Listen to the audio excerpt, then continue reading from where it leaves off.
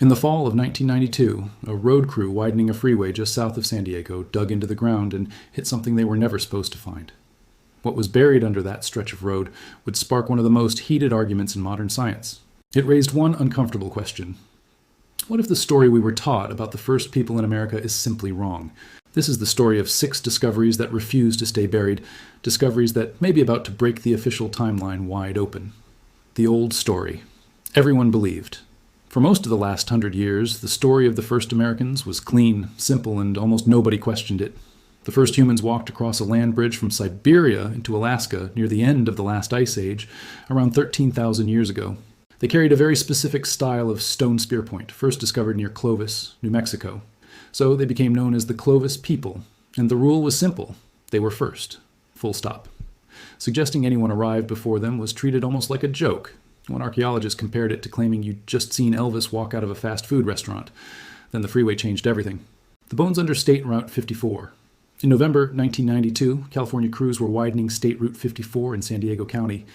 A paleontologist named Richard Cerutti happened to be monitoring the earth-moving work, watching for fossils, when the machinery uncovered a scatter of broken bone. The location would later be named after him, the Cerutti Mastodon site. Over the following 5 months, a team from the San Diego Natural History Museum, led by paleontologist Thomas Desmarais, carefully dug out the remains of a single American mastodon, a heavy-limbed cousin of the elephant that once roamed this continent. But this wasn't a normal bone bed. The mastodon's limb bones had been broken in a very specific way, snapped while still fresh, with the kind of spiral fractures you get when a heavy object strikes living bone, not old, dry bone. 2 massive femur heads, the rounded ends of the thigh bones, were found lying side by side, one flipped up and one flipped down. And scattered through the fine sand nearby were 5 large stones that had no business being there. Stones showing clear signs of wear and impact, as though they had been used as hammers and anvils to smash the bones open.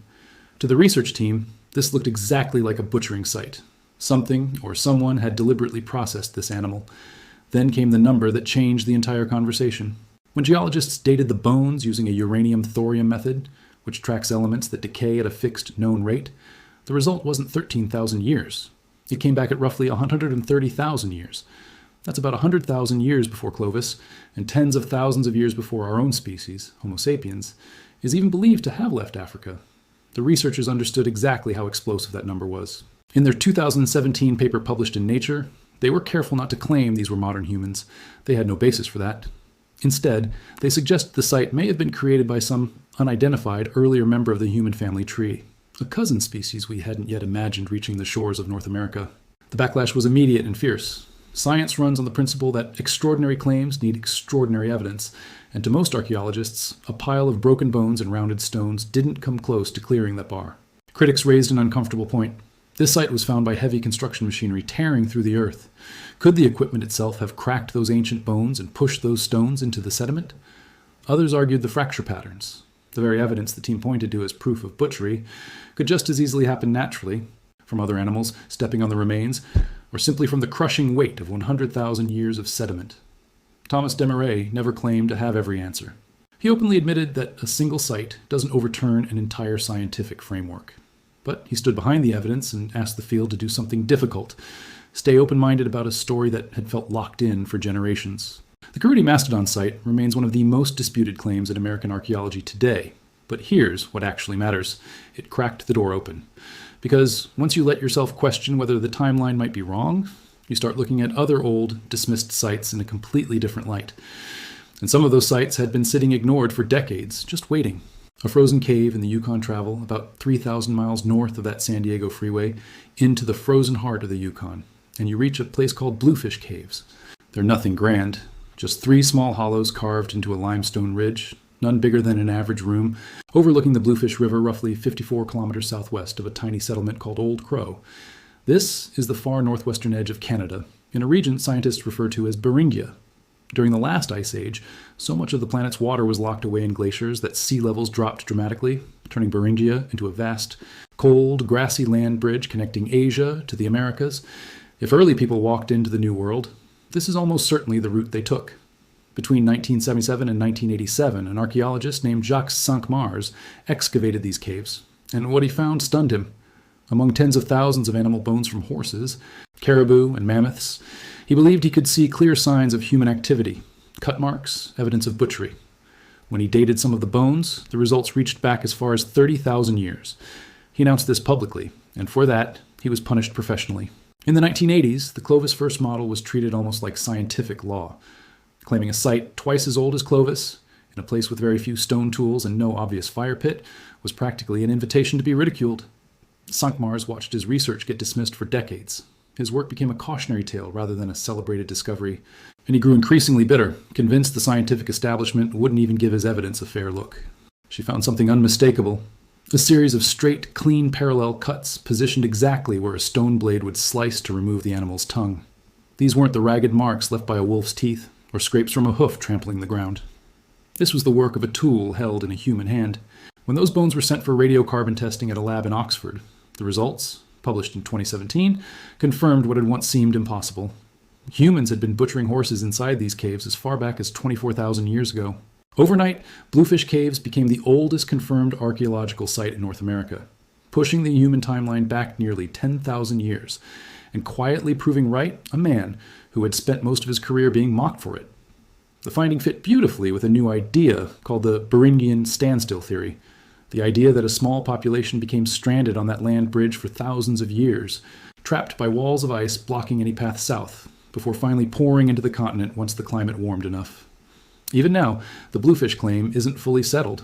Skeptics point out there's no clear living floor inside the caves, no ancient campfire charcoal, and that connecting the dated bones directly to the human-made marks isn't always straightforward. Jacques Cinq-Mars passed away in 2021, still waiting for full recognition. But the tide had clearly turned, and the next crack in the old story would come from a cave high in the mountains of Mexico. The mountain cave in Mexico high in the dry, rugged mountains of northern Zacatecas, Mexico sits a cave so remote and difficult to reach that almost nobody would bother going there without a very specific reason. It's called Chiquihuite. Sitting nearly 3,000 meters above sea level, it's a dark chamber tucked beneath a limestone cliff. And in 2020, it produced a claim that made headlines around the world. To Ardeline, these weren't random rocks. They were tools, flakes, blades, points, and cores, all shaped by human hands. And the layers holding them were old, very old. When his team published in Nature, the numbers were staggering, and the deepest layers reached back 31,000 to 33,000 years. The clearest signs of occupation clustered around 2,500 years ago. If Ardeline was right, people had been sheltering in this high mountain cave more than 10,000 years before Clovis, during the harshest, coldest depths of the last ice age. There was one serious problem. No human bones, no human DNA, no fire pits that could be confidently tied to people. The entire case rested purely on the stones, and whether those stones were genuine tools or simply broken rocks became the center of a furious scientific fight. In 2021, a team of respected archaeologists led by Jim Chatters and Ben Potter published a sharp rebuttal. They leaned heavily on a term that haunts nearly every one of these ancient sites: geofact. A geofact is a stone that looks like it was shaped by human hands, but was actually broken by nature alone, by rock falling from a cave ceiling, by debris tumbling down a cliff, by the slow grinding pressure of sediment shifting over thousands of years. Chatters and his colleagues argued Chiquihuite sat in exactly the kind of environment where nature manufactures convincing fakes, beneath a cliff prone to collapsing, filled with sliding debris. They also pointed out the supposed tools showed no consistent, repeated, flaking pattern, the kind of signature that marks deliberate human craftsmanship. And they raised an even bigger problem. If people really were in this Mexican cave 26,000 years ago, it would mean humans reached the Americas before the genetic split that separates Native American ancestry from East Asian populations even happened. He remained convinced that more than 200 objects sealed in the deepest mud layer had been dated correctly and couldn't simply be explained away. So who's right? Honestly, even today, nobody knows for certain. Chiquihuite exists in a kind of scientific limbo, too well documented to dismiss outright, but too thin on hard proof to win full acceptance. And the pattern keeps repeating. Someone finds broken stone in ancient soil, and the argument always circles back to the same haunting question. Did a human make this, or did the earth just make it look that way? Nowhere is that question sharper than at a quarry beside a river in South Carolina. The man who made Topper both famous and controversial was archaeologist Albert Goodyear. When serious excavation began in 1986, Topper was a respectable, well-regarded site. By the late 1990s, his team had documented a clear Clovis presence there, making it one of the most important early sites in the American Southeast. At the time, Goodyear fully believed in the standard timeline. By his own admission, he didn't expect to find anything older than Clovis, and saw little reason to keep digging deeper. Then, in 1998, he broke the unwritten rule. He dug below the Clovis layer, the level most archaeologists treated as the literal floor of American human history, and he didn't hit empty ground. He found small stone scrapers, blades, and flakes buried in soil dated to roughly 16,000 years old, thousands of years before Clovis. That discovery alone made him a controversial figure. But Goodyear wasn't done. In 2004, acting on what he described as a hunch, he pushed nearly 4 meters deeper into the ancient river terrace.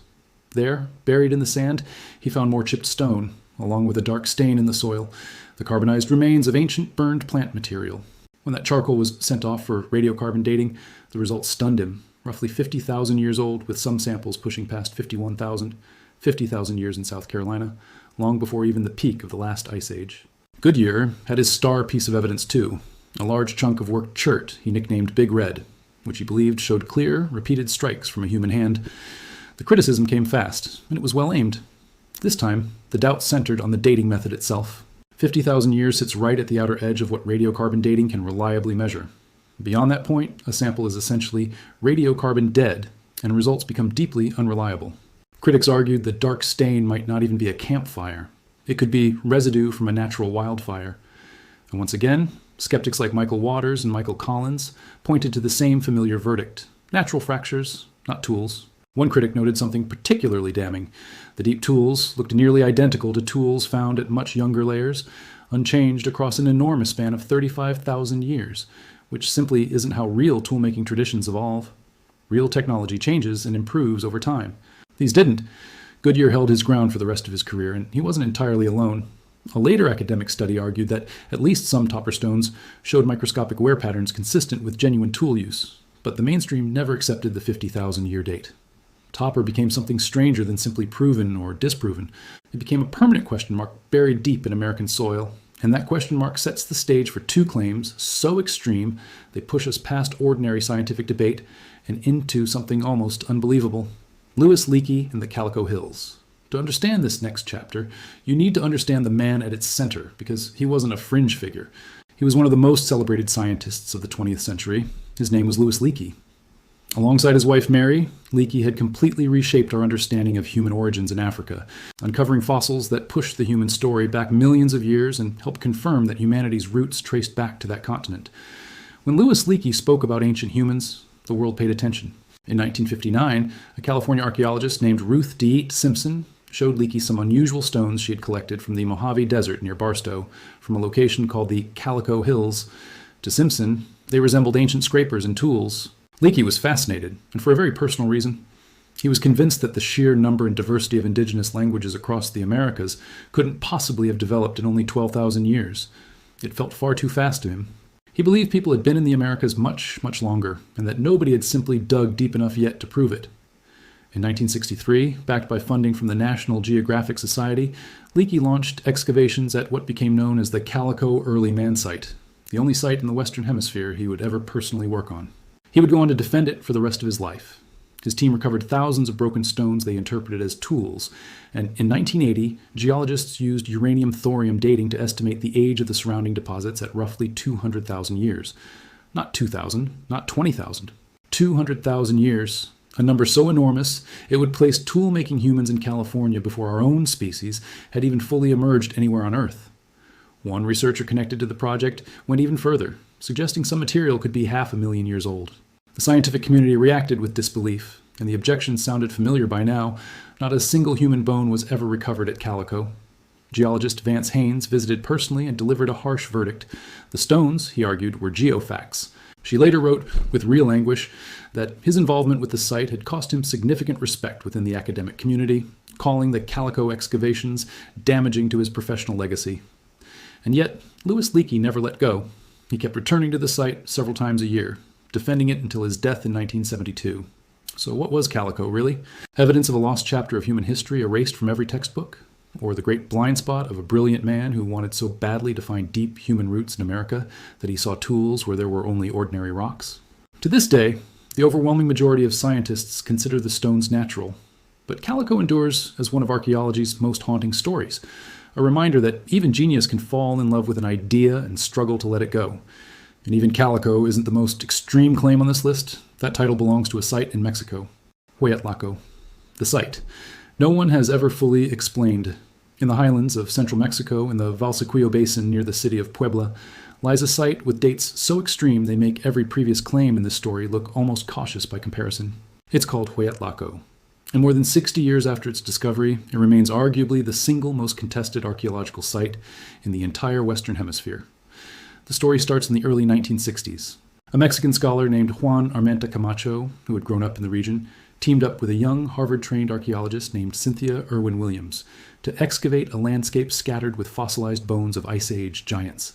Mammoths, mastodons, camels, dire wolves, giant ground sloths. It looked exactly like an ancient kill site, where hunters had taken down and butchered massive prey. And the tools recovered there weren't crude at all. Alongside simpler pieces were sophisticated, finely flaked, double-edged blades and elegant projectile points, some made from stone that had clearly been carried in from far away. These were the work of skilled, experienced toolmakers found directly alongside the bones of extinct Ice Age animals. The trouble, as always, was determining the age. And here, the trouble became almost overwhelming because the site lacked good material for standard carbon dating. So a young geologist named Virginia Steen McIntyre was brought in, an expert in dating volcanic ash layers. Working alongside colleagues, she applied several independent dating methods to the ash and sediment surrounding the tools, uranium series dating and fission track dating among them. The results didn't just push the timeline back, they shattered it completely. The dates centered around 260,000 years old. One method pushed the estimate even further, suggesting an age closer to 370,000 years. These weren't numbers the scientific world was remotely prepared to accept. They would place highly skilled toolmakers in Mexico hundreds of thousands of years before modern humans are believed to have existed anywhere on the planet, on a continent supposedly empty of people until roughly 13,000 years ago. What happened next became something of a legend in archaeological circles. Lead archaeologist Cynthia Irwin Williams was reportedly horrified by the extreme dates and publicly called them irresponsible. The geologists who had produced the numbers stood firmly behind their work. Virginia Steen McIntyre found that defending the data came at a steep personal cost. She has said publicly that speaking up about Hueyatlaco damaged her career significantly, and that the scientific establishment simply refused to seriously engage with what the dating showed. To this day, her supporters describe Hueyatlaco as a case of genuinely important evidence that was too uncomfortable to accept. Skeptics offer a calmer explanation. Dating methods from the 1960s and 70s were still young and imperfect, they argue, and reworked sediment, where ancient volcanic material accidentally mixes with much younger soil layers, can produce wildly inflated age results. There are no other confirmed sites anywhere in the Americas remotely this old, and no fossil remains of the ancient humans who would have had to make these tools. The extreme dates, skeptics argue, aren't the result of any cover-up. They're simply mistaken. And yet, the tools themselves are undeniably real. Nobody disputes that human hands shaped those blades and points.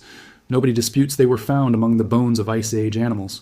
The only real question, the same question that has followed every single site in this story, is when. Hueyatlaco has never been resolved. It sits in the historical record like a locked door, and to this day, nobody has found the key. So where does all of this leave us? 6 sites, a San Diego freeway, a frozen cave in the Yukon, a mountaintop cave in Mexico, a river quarry in South Carolina, a California desert, an ancient basin filled with Ice Age bones. 6 separate times, someone stood over broken stone buried in ancient earth and dared to say, "We were here far earlier than you think." And 6 separate times, the scientific world responded with doubt, skepticism, and that one relentless word, geofact. It would be easy to walk away thinking this is all just fantasy, that every claim here is a simple mistake, an honest error, or the obsession of brilliant people who wanted too badly to be right. But that would be the wrong lesson to take from it, because while archaeologists kept arguing, the ground itself kept talking. And in a dried-up lake bed in White Sands, New Mexico, it finally said something nobody could explain away. There, preserved in ancient mud, researchers found footprints, not stone tools that might have formed naturally, not bones that might have been cracked by machinery, actual human footprints. The tracks of adults and children walking along the shoreline of a lake that no longer exists, one trail even showing someone tracking a giant ground sloth across the flats.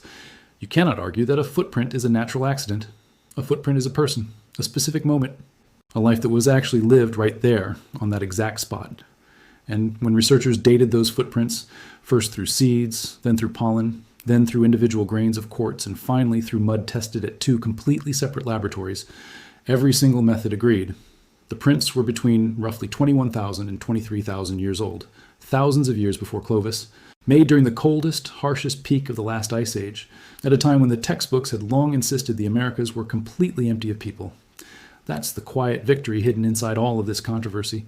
The bold, extreme claims from San Diego, the Yukon, and Mexico may never all be fully proven.